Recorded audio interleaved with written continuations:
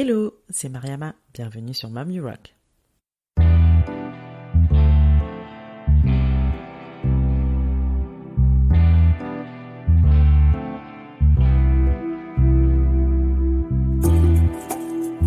Mom You Rock est un podcast échange avec des femmes entrepreneurs et mamans. Ma volonté reste toujours la même, partir en quête d'inspiration et de motivation auprès de ces femmes qui nous partagent leur quotidien de slasheuse. Car oui, j'ai longtemps cru qu'être mère et chef d'entreprise pouvaient être incompatibles. La bonne nouvelle, c'est que j'avais archi faux et ces parcours nous le prouvent bien. Je suis moi-même aujourd'hui maman de 2 petits bouts et je vis une belle aventure entrepreneuriale. Ma mission ici est de vous inspirer à travers tous ces témoignages pour mener à bien vos projets et vous aider à croire en vos idées. Si vous souhaitez en savoir plus sur la naissance de ce podcast, je vous invite à écouter la bande-annonce de la saison 1. Maintenant, prenez place, c'est parti!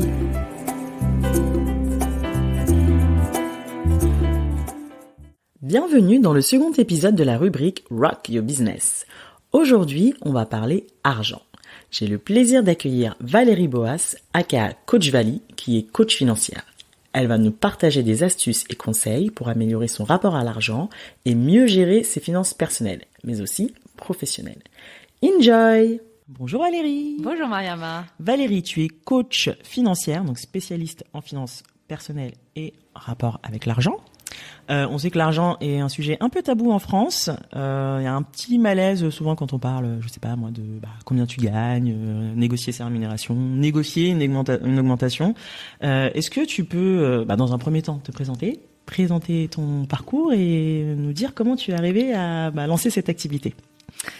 Oui, déjà merci beaucoup de me recevoir. Je suis ravie de te rencontrer in real life. Oui. Moi, je suis venue au coaching financier par un long parcours en fait. Au départ dans la finance, plutôt la finance d'entreprise, la finance de marché, et puis petit à petit en fait, je me suis spécialisée dans la relation avec les investisseurs. Et à l'intérieur de cette matière-là, je me suis même spécialisée de plus en plus dans la relation avec les actionnaires individuels, les actionnaires privés, les gens qui plaçaient eux-mêmes leur argent. D'accord. Donc ça m'a sensibilisée à 2 choses. D'abord à l'énorme dimension psychologique qu'il y a dans le rapport à l'argent et que moi je trouve passionnant, En fait, c'est vraiment quelque chose de très intéressant. Comme tu le dis, il y a un tabou, mais il y a aussi plein de croyances. Voilà, la relation avec l'argent, c'est quelque chose de complexe et avec une forte dimension psychologique. Et l'autre chose qui m'a beaucoup intéressée et j'ai envie de dire interpellée, c'est que en fait, les gens ont terriblement besoin de conseils, d'être conseillés, d'être guidés, d'être accompagnés dans cette relation à l'argent, et que en fait beaucoup de gens qui se revendiquent conseillers financiers, en fait, ne cherchent pas à donner des conseils, mais à vendre des produits. Si tu vas voir ton conseiller financier dans ta banque, il s'appelle conseiller financier, mais en fait, ce qu'il veut, c'est de vendre des produits. C'est un commercial, et c'est tout à fait normal. Je veux dire, il y a pas de honte à ça. Mais il est pas là pour représenter tes intérêts. Il représente les intérêts de l'établissement qu'il représente. Et même beaucoup de conseillers financiers indépendants travaillent en fait à la commission, c'est-à-dire qu'ils sont rémunérés par les commissions sur les produits financiers qu'ils te vendent, ou alors ils veulent te vendre certaines choses, tu vois, des appartements en défiscalisation, je ne sais pas. Donc je me suis dit, ça serait intéressant de lancer non pas du conseil intéressé, mais vraiment quelque chose, une démarche d'accompagnement qui soit complètement neutre, et si elle prend les intérêts de quelqu'un en compte, que ce soit les intérêts de la personne qui vient me voir. Et c'est pour ça que j'ai appelé ça du coaching, un petit peu comme un coach te fait accoucher de tes propres objectifs, identifier tes propres valeurs, etc. Moi, c'est la démarche que j'ai. C'est-à-dire, je commence par m'intéresser à la personne. Qu'est-ce qu'elle veut faire, où elle en est de sa vie, quels sont ses projets sur le plan personnel, professionnel, et puis aussi évidemment financier. Et voilà, on met tout ça en musique ensemble. D'accord. Voilà. Alors tu parles de rapport à l'argent. Qu'est-ce que c'est qu'avoir un bon rapport avec l'argent? Je crois que il y a pas de bon ni de mauvais rapport. C'est-à-dire qu'en fait, on est tous avec un rapport à l'argent. Tu vois, parce que dans ta famille, tu as eu une certaine histoire à l'argent. Tu sais, moi j'ai vu vraiment beaucoup de cas de figure, hein, des gens qui sont d'abord des gens qui sont nés avec beaucoup d'argent et pour autant ils ont un problème de rapport à l'argent, et au contraire des gens qui sont nés avec pas forcément beaucoup d'argent mais qui ont une relation très simple à l'argent. Je pense que ce qui est le plus important en fait, et ça pourrait se rapprocher d'une bonne relation à l'argent, c'est que l'argent ait sa bonne place dans ta vie. C'est-à-dire que ça fait partie de toute façon des grandes thématiques de l'existence. Donc, à un moment, il faut s'y confronter. Mais ce qui est important, à mon avis, c'est que ça ne représente pas une souffrance. Ça, c'est très important. Et dans un deuxième temps, que l'idée d'accumuler de l'argent soit au service des projets et non pas le contraire. C'est-à-dire, on ne dit pas je vais accumuler le plus d'argent possible, puis ensuite je vais voir ce que je vais en faire.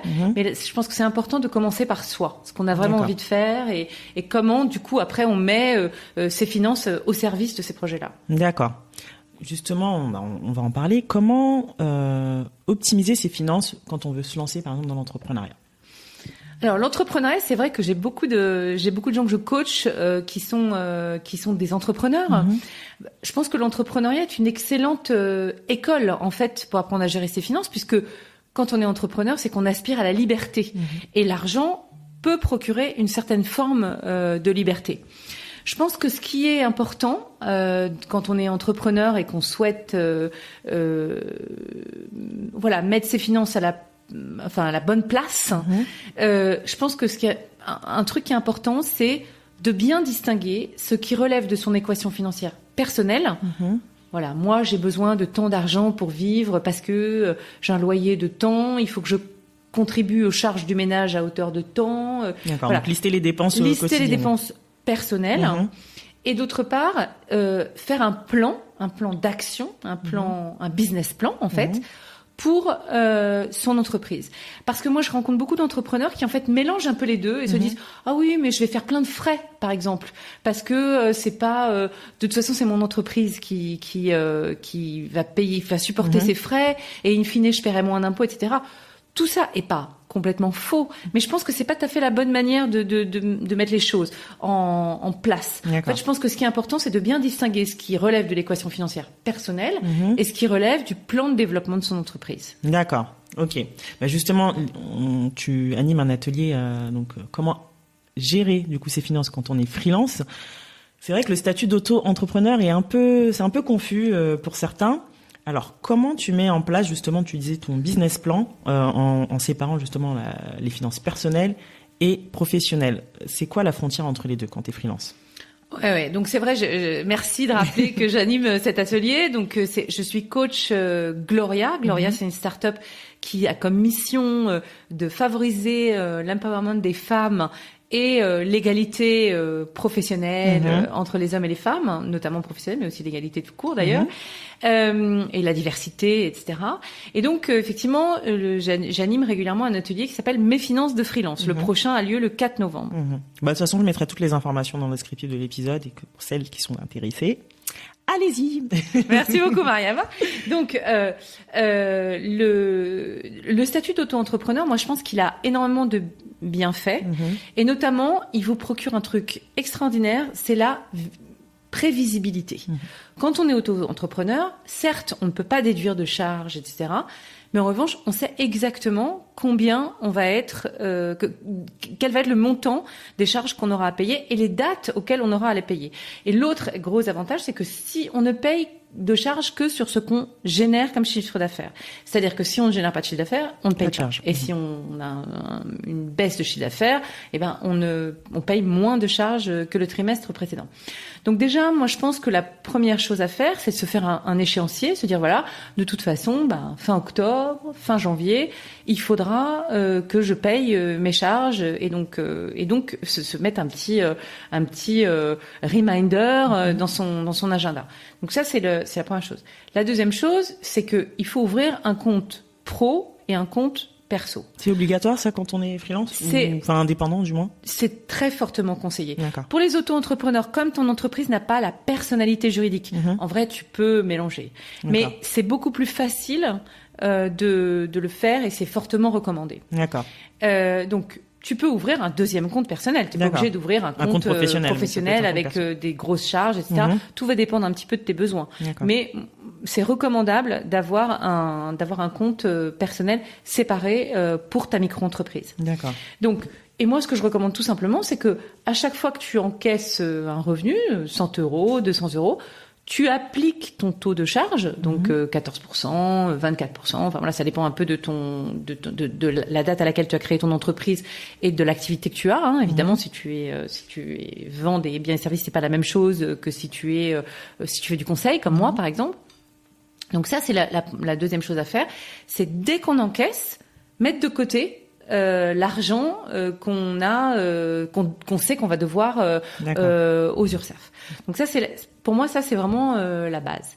Après, ce qu'on voit dans l'atelier et ce sur quoi on se penche, c'est que en fait le système, l'auto-entrepreneur, la micro-entreprise va te procurer une protection sociale minimum. C'est-à-dire, tu vas cotiser pour des trimestres de retraite, tu vas être affilié à l'assurance maladie. Voilà, tu vas avoir un certain nombre d'avantages sociaux qui sont pas négligeables. Hein. C'est tout ça que tu payes avec tes charges. Après, il y a des choses que l'auto-entreprise, la micro-entreprise ne te procure pas. Par exemple, c'est pas parce que tu as une micro-entreprise que tu as une mutuelle. C'est pas parce que tu as une micro-entreprise que tu as une retraite complémentaire. C'est pas parce que tu as une micro-entreprise que tu as une garantie de revenus, etc., etc. Donc, ce qu'on fait dans cet atelier, c'est qu'on passe en revue, en fait, les différentes types de protection, de garantie, qui te permettent d'être finalement plus zen par rapport à ton business. Et on voit comment toi, en tant qu'auto-entrepreneur, tu peux mettre des choses en place en une seule fois ou progressivement pour bénéficier de toutes ces garanties. D'accord.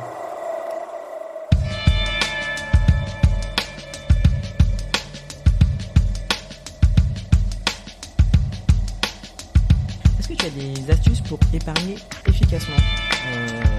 Je t'ai rencontré lors d'un événement Vibes Podcast. Absolument. Voilà, où tu donnais des petits conseils pour mettre de côté efficacement, essayer un petit peu de s'affranchir des dépenses un peu futiles, entre guillemets. Est-ce que tu peux nous partager quelques petites astuces comme ça qu'on peut mettre en place au quotidien ? Ok, alors je voudrais juste donner 2 astuces de base. Là encore une fois, il y a un atelier Gloria qui va beaucoup plus dans le détail. Donc ce sera en novembre, les 19 et 26 novembre. Il y a un atelier sur l'épargne, un atelier sur la consommation et puis un atelier sur l'investissement. Donc je reviendrai plus dans le détail, mais déjà je peux donner 2 petites astuces qui sont toutes simples. La première astuce, c'est d'ouvrir un compte d'épargne. Donc le plus simple, à mon avis, c'est d'ouvrir un livret A, un bon vieux livret A, si vous ne l'avez pas. Et si vous en avez déjà un, ouvrir un livret développement durable. Alors, beaucoup de gens vont vous dire oui, mais ça rapporte rien. C'est vrai que ça rapporte très peu. Ça rapporte 0,5% par an. Donc, c'est vraiment minime. Voilà. Mais en même temps, il n'y a aucun risque et l'argent est complètement liquide. Et quand je dis il n'y a aucun risque, ça veut dire qu'il y a la garantie du gouvernement. Donc, tu ne peux pas perdre ton argent. Tu vas pas en gagner beaucoup, mais tu vas pas en perdre. D'accord. Donc ça c'est vraiment bien. Et l'autre astuce, c'est que avantage du livret A, c'est que tu peux ouvrir un livret A en utilisant ta banque habituelle, puisque c'est ce qu'on appelle de l'épargne réglementée. Donc toutes les banques offrent ces produits-là, livret A et livret développement durable. Et en fait, tu es sûr de pouvoir avoir sur ton appli, de ta banque, Crédit Agricole, BNP, Société Générale, peu importe, tu vas ou ta banque en ligne, ING, Boursorama, Biforbank, peu importe, tu vas avoir ton compte courant et ton compte, donc ton livret A ou ton livret développement durable. Donc le fait d'avoir ces 2 comptes sur la même appli, ça va te permettre de faire quand tu veux des virements de l'un vers l'autre. Et tu vas voir progressivement augmenter ton épargne. Alors, il y a aussi une bonne idée, c'est de mettre, à chaque fois que tu encaisses un revenu, que ce soit un salaire, les revenus de ton chiffre d'affaires de micro-entrepreneur, etc., tu peux décider d'en mettre une partie sur ton livret d'épargne. Moi, je conseille de commencer assez bas, genre 5%. Par exemple, tu reçois 100 €, un client te paye 100 €, tu mets 5 € sur ton livret A. Ce qui est très très bien, c'est qu'il n'y a pas de minimum. Donc, même un petit un petit effort d'épargne, en fait, à la fin du mois, va être plus, ça va te procurer un bénéfice. Donc ça, pour moi, premier conseil, première astuce, ouvrir, si c'est pas déjà fait, un LDD ou un livret A. D'accord. Pas dans le but de devenir riche, mais dans le but d'épargner régulièrement. Donc ça, c'est le premier conseil. Et le deuxième conseil que je donne, c'est de prendre un peu de recul. C'est-à-dire, ça sert à rien d'aller regarder le solde de ton livret A tous les jours, 2 fois par jour. Comme on a dit, de toute façon, il y a très peu, tu vas gagner très peu d'intérêt. En revanche, ce temps que tu pourrais passer à regarder tes comptes, moi, je te conseille de l'utiliser, ce temps, pour faire un petit peu d'introspection et voir ce qui te fait vraiment plaisir comme dépense, ce qui est vraiment important pour toi. Tu vois, je te donne un exemple. Toi, t'es podcasteuse. J'imagine que je vois que t'as du matériel qui est de très très bonne qualité. Je vois que ton matériel, la qualité de ton matériel, etc. T'as pas envie de faire des efforts là-dessus. Pour toi, c'est important. C'est ce qui va justifier que tu vas pouvoir faire des podcasts qui vont être de bonne qualité, etc. Donc, tu vas avoir c'est pas le genre de dépense que tu vas vouloir réduire. En revanche, imaginons, je dis ça parce que il y a beaucoup de mes clients qui font ça. Imaginons que tous les matins, tu passes devant le Starbucks et tu t'offres un Starbucks. Enfin, je ne devrais pas citer une marque, mais disons, voilà. Donc, si tu fais ça, ne serait-ce que 3 fois par semaine, c'est 15 € par semaine. Ouais, et c'est 60 € par mois. Ouais. Est-ce que, je dis pas que c'est pas agréable de se prendre un Starbucks de temps en temps. Mais c'est pas indispensable. Est-ce que c'est le truc est-ce que ça vaut 60 €? Tu vois, Est-ce que ça les vaut? Ou est-ce que tu serais pas plus heureuse de simplement le faire 1 fois par semaine? Tu vois? Ou est-ce que tu serais pas plus heureuse, par exemple, au lieu de te prendre ton café à emporter pour après t'engouffrer dans le métro, est-ce que ça vaudrait pas plutôt la peine de prendre ce café avec une amie? Tu vois? Voilà, comment on peut... Moi, ce que j'engage vraiment mes clients à faire, c'est réfléchir à leurs dépenses. Non pas en se disant c'est trop cher, c'est pas cher, parce qu'en fait, la plupart des personnes que je vois sont des gens qui sont, qui volent l'argent à personne, tu vois. C'est de l'argent qu'ils gagnent, ils en font ce qu'ils veulent. Par contre, beaucoup de gens ne se posent pas la question. Ils font les dépenses automatiquement, sans y réfléchir, sans essayer de voir si c'est vraiment important pour eux. Il faut dire que on est quand même tout le temps tenté, on reçoit toujours plein de sollicitations, etc.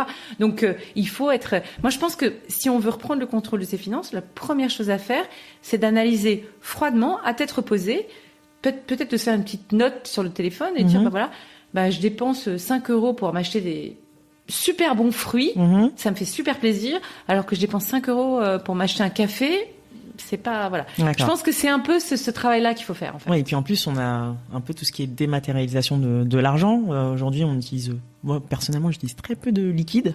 Je fais tout avec ma carte bleue, je paye via des applications, Lydia, PayPal, etc. Donc, c'est vrai que on a un peu du mal à se rendre compte de combien on dépense et combien on gagne.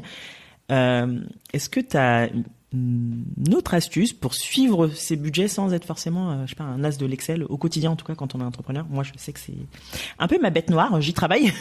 Mais est-ce qu'il y a d'autres outils, d'autres choses qu'on peut mettre en place pour suivre quotidiennement ses dépenses, ses revenus, liés à son activité ou même liés à sa vie personnelle?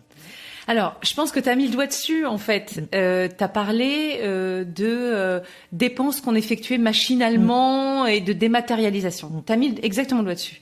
C'est ça le problème. Le problème, c'est que on ne se rend pas compte de ce qu'on dépense. Souvent, on ne se rend d'ailleurs pas compte non plus de ce qu'on gagne. Et donc, la première chose à faire, c'est de prendre conscience de ça. Donc, moi, un petit conseil, une petite astuce vraiment très simple que je conseille de faire, c'est justement de pas se reposer sur les outils dématérialisés, que ce soit les applis.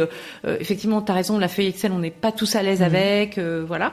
Moi, je conseille de faire une chose vraiment simple, c'est d'imprimer ces 3, voire même ces 6 derniers relevés bancaires. Ouais. En général, tu as plein d'outils effectivement pour payer, Lydia, PayPal, etc., ta carte de crédit, mais en général, tu n'as qu'un compte bancaire. Donc, tu prends tes relevés bancaires. Sur les 3 derniers mois, c'est déjà pas mal. Je conseille peut-être de revenir un peu plus en arrière. Alors, c'est vrai que l'année 2020, elle a été un peu particulière avec le confinement, mais c'est sûr, plus tu peux retourner en arrière, mieux c'est. Tu les imprimes. Et ce que je te conseille, c'est simplement de surligner tes dépenses.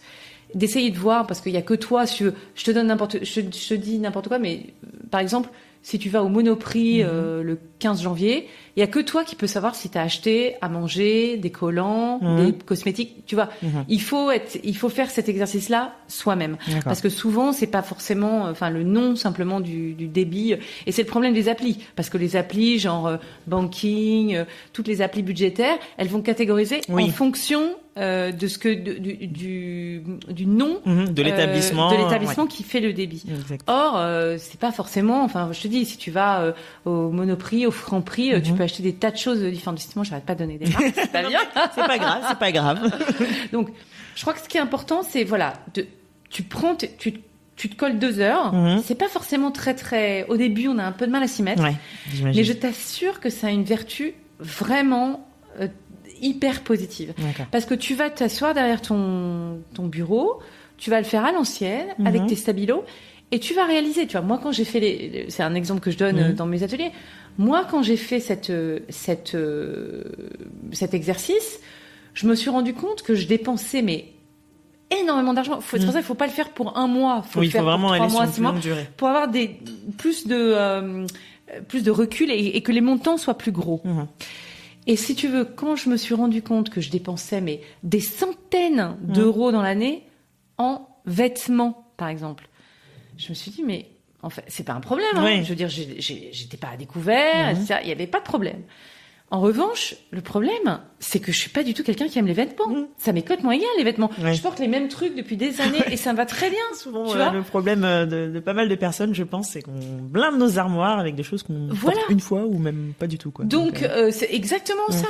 Et donc, en fait, bien souligner, prendre vraiment surligner, conscience etc. de ça. Je me suis dit, en revanche, tu vois, je dépensais peut-être parce que j'ai une autre passion dans la vie à côté des finances personnelles, c'est le vélo. Et je me suis rendu compte que mon vélo, pour le coup, je dépensais peut-être 15 euros par mois. Pour mon vélo, entre les réparations, si je crevais, etc. Et encore ça, c'était, tu vois, c'est pas tous les mois. Peut-être que ça revenait à 7 euros par mois. Or, par exemple, je me suis dit, m'acheter un super porte-bagages, par exemple, moi qui fais du vélo tous les jours, c'est vraiment important, tu vois. Donc tout ça, ça m'a vraiment beaucoup aidé. Et puis, il y a un truc, j'y repense en t'écoutant. Il y a aussi un conseil qui est vraiment extrêmement simple et qui n'a rien à voir avec la finance en apparence, mais qui en fait est quelque chose qui est vraiment générateur d'économie, c'est de ranger ses armoires. Ah ça, le fameux nettoyage de printemps. Voilà, exactement, que tu peux aussi faire en hiver, peu importe la saison. Peu importe la saison, mais c'est vraiment hyper important parce que moi je sais que quand j'ai commencé à adopter comme ça un mode de vie beaucoup plus frugal et tout, j'ai commencé par ranger mes armoires mais si j'avais pas honte, d'ailleurs je peux te le dire, parce que personne nous écoute. Bientôt. Moi, ça m'est arrivé, par exemple, de retrouver dans mes armoires 2 fois exactement la même fringue. J'avais acheté. Tu te rappelais même pas l'avoir acheté la première fois. C'est pour te dire à quel point le mécanisme. T'es complètement. T'as le cerveau qui est complètement, j'ai envie de dire, endolori, endormi par la publicité, par des injonctions, etc. Pas de problème pour ça. Si les fringues ça compte pour toi, t'as envie de t'acheter une super robe, bien sûr, pas de problème pour le faire. Je dis pas qu'il faut arrêter tout. Je dis simplement commencez par profitez de ce que vous avez et ensuite achetez-vous des trucs qui font vraiment plaisir. Tu vois ? Carrément.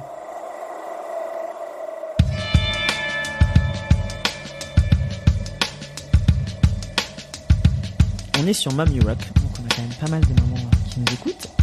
Est-ce que tu as des conseils pour avoir une certaine méthodologie pour gérer ses finances en tant que parent et entrepreneur ? Alors, je dirais que là, il y a beaucoup de choses à dire, en fait. Parce que, quand tu deviens parent, tout le monde a expérimenté ça, c'est une véritable révolution dans ta vie. Il se passe des trucs de dingue, quoi. Voilà. Donc, forcément, tes finances, tu vas pas les voir de la même manière, tu vois. Alors, beaucoup de gens voient les dépenses induites que c'est, par exemple, quand tu deviens parent, t'as un tout petit bébé, je sais que t'as un tout petit bébé, toi, par exemple, Mariama. Clairement, tu as des dépenses supplémentaires, dépenses de couches, dépenses de nounou, dépenses de crèche, etc. Ça, c'est une chose. Mais tu as aussi des dépenses qui vont venir en moins. Par exemple, typiquement, tu vas moins sortir le soir. Tu vas moins aller au restaurant. Il y a un certain nombre de choses que tu vas faire moins. Tu vas peut-être plus aller à la bibliothèque parce que tu vas pas t'acheter des bouquins, tu vois, où tu vas plus regarder des ressources en ligne alors qu'avant tu te serais acheté des magazines. Tu vois, des choses comme ça. Donc moi, ce que je trouve qui est très intéressant, et c'est une cliente en fait que j'ai coachée. Merci Sandrine si tu écoutes ce message. C'est une cliente que j'ai coachée qui me l'a fait remarquer. Ce qui est très, je pense, un bon conseil à faire, c'est non pas quand votre enfant vient de naître, mais quand votre enfant a par exemple 6 mois, que ça y est, on est un peu installé en rythme de croisière, etc. Revoir ses priorités financières. Qu'est-ce que je veux absolument faire maintenant que je suis maman, alors que je le faisais pas avant? Qu'est-ce que je suis obligée de faire maintenant que je suis maman, alors que ou papa d'ailleurs, et que je faisais pas avant? Je te donne l'exemple des couches, mais il y en a d'autres. Et qu'est-ce que je peux arbitrer finalement? Par exemple, est-ce que tu vois, typiquement, est-ce que aller prendre un verre dans un café, bon en plus en ce moment ils sont fermés, c'est un peu plus compliqué, cafés, mais tu vois, est-ce que du coup le café que j'aurais pris avec ou le déjeuner que j'aurais partagé avec une copine, je peux pas plutôt le faire au square, dehors, ça me coûte moins cher, tu vois, des choses comme ça. Donc je pense revoir ses finances en tant que parent pour essayer d'identifier ce qu'on dépense en plus, mais aussi ce qu'on dépense en moins et ce qu'on pourrait faire améliorer. La balance. Oui, puis il y a aussi toutes les dépenses matérielles. Quand on est parent, on a envie d'acheter toujours les derniers gadgets à la mode, etc. Donc ne pas forcément aussi se laisser tenter. Je pense que ça c'est le plus dur. Oui. Mais le en fait dehors des dépenses vraiment utiles, enfin comme tu dis les couches, les laits, je pense que aussi il y a une façon aussi d'essayer de lister vraiment ce dont on a vraiment besoin, en tout cas en termes matériels, et peut-être essayer de faire un peu de récup. Moi, je sais que pour le deuxième, Dieu merci, j'ai réussi à récupérer les choses du grand. Mais c'est vrai qu'on a tendance aussi à pas mal investir dans du matériel dont on n'a pas forcément besoin. Et ça, je pense que c'est un petit peu plus dur aussi en tant que nouveau parent. De faire plaisir à ton enfant aussi, quoi. Après, ce que je vois aussi chez mes clients qui sont jeunes parents, c'est qu'il y a quand même tout un réseau de solidarité qui est assez facile, en fait, dans lequel il est assez facile de rentrer. C'est-à-dire que tu peux avoir, t'as plein de groupes de jeunes mamans, y compris par zone géographique. Oui. Tu vois ça pas mal sur Facebook, etc. Et ça, c'est quand même hyper utile parce que tu peux te repasser. Tu vois, moi, par exemple, une de mes clientes justement m'a sensibilisée à ça. Donc moi, mes enfants sont grands, mais je suis quand même intéressée, par exemple, de voir dans Maman du 15e. Moi, j'habite à Paris dans le 15e, donc de voir Maman du 15e. Par exemple, quels sont les médecins qui sont conventionnés, tu vois, c'est le genre d'info qui est plus facile d'avoir quand tu es sur ce genre de groupe. Ou tu vois comment on peut se repasser des vêtements, des jouets, des articles de vêtements, exactement. Donc ça, je pense que c'est une bonne idée aussi d'essayer de s'affilier à des groupes comme ça de proximité qui te permettent de faire plaisir à d'autres personnes, d'être et puis de pouvoir aussi te échanger ton expérience. De toute façon, je pense qu'en tant que maman, papa, entrepreneur, on apprend en marchant. C'est-à-dire qu'il faut pas se dire du jour au lendemain, je vais atteindre l'indépendance financière. Du jour au lendemain, je vais tout bien savoir gérer mes sous. Du jour au lendemain, je vais tout bien. C'est comme avec les enfants. En fait, on apprend petit à petit, et on se rend compte que si on fait des erreurs, c'est pas grave. À partir du moment où on apprend de ces erreurs. Voilà. Tout à fait d'accord. Une dernière question. Est-ce que tu as des ressources à partager pour trouver des conseils justement pour gérer son indépendance financière? Alors, je pense que y a pas mal de ressources qui sont disponibles en ligne, évidemment. En fait, il y a autant de ressources disponibles que de personnes qui en ont besoin. Donc, je pense que c'est pas mal de faire. Enfin, moi, j'aurais tendance à dire de se former. Donc, on a parlé des ateliers que j'anime chez Gloria. Il y a évidemment tout plein d'autres outils de formation qui sont disponibles. Il y a des livres sur les finances personnelles qui existent. Si tu veux, je pourrais t'en donner pour que tu mettes dans le descriptif, dans le descriptif de l'épisode. Je pense qu'il y a aussi pas mal de gens qu'on peut suivre sur les réseaux sociaux. T'as un compte en particulier qui te vient en tête? Eh ben, le compte de Coach Vali, mais mon oui compte personnel. D'ailleurs, si on veut te contacter, de coach, on peut le faire via absolument, Instagram, et me poser des LinkedIn. questions, Okay. me suivre, etc. J'essaye aussi de donner un peu des astuces au quotidien.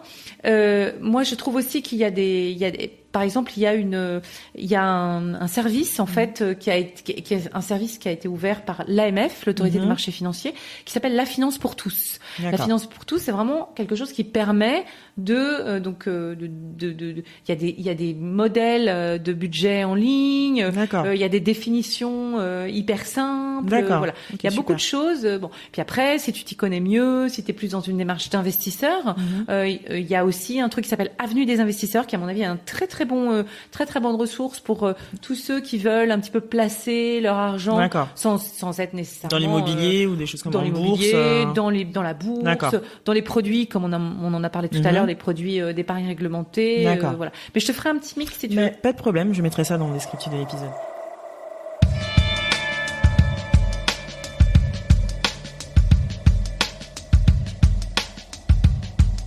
Valérie, on peut te retrouver du coup chez Gloria Community pour des ateliers qui sont en ligne pour le moment du coup. Tout à fait. Les ateliers, sanitaire. absolument. Ouais. Les ateliers se font à distance. Mais ce qui est très bien parce que du coup, ça nous permet aussi de toucher des personnes qui habitent un peu plus loin, qui sont partout pas en en région France en parisienne. fait. Donc c'est vraiment super. Même à l'étranger. Super. Prochain atelier du coup Donc prochain atelier le 4 novembre sur les finances de freelance. D'accord. Et puis après il y en aura deux qui moi je trouve sont assez complémentaires. Un le 19 novembre, un autre le 26 novembre sur et si on parlait d'argent, donc sur un petit peu justement prendre conscience de son biais à l'argent, voir comment on peut économiser, comment se fixer des objectifs qui sont réalistes par rapport à la gestion de ses finances personnelles. D'accord. Et puis le deuxième donc le 26 novembre sur investir oui mais comment. Donc là on est dans la situation où on a un petit peu d'argent, soit parce que voilà on a je sais pas on est parti de son entreprise, on a un petit peu d'épargne salariale ou voilà, soit on gagne on gagne pas mal sa vie donc on a un petit peu d'argent. Pour autant, on n'a pas forcément de conseiller financier sous la main. Donc, quelles sont les grandes règles à appliquer pour atteindre ces objectifs là encore? D'accord, super. Bah écoute, on a hâte de te retrouver. Merci beaucoup Valérie. Merci Mariama. À bientôt. À bientôt.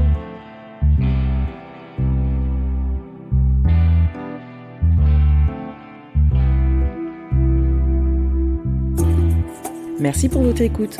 Vous retrouverez toutes les infos dans le descriptif de l'épisode. Si celui-ci vous a plu, n'hésitez pas à en parler et à le partager sur les réseaux. Encore mieux, si vous pouvez lui mettre 5 jolies étoiles sur iTunes ou Apple Podcast pour qu'il soit visible au plus grand nombre, ce serait génial. Pour ne rien rater du podcast, rendez-vous sur Instagram, MomYouRockFR. À bientôt!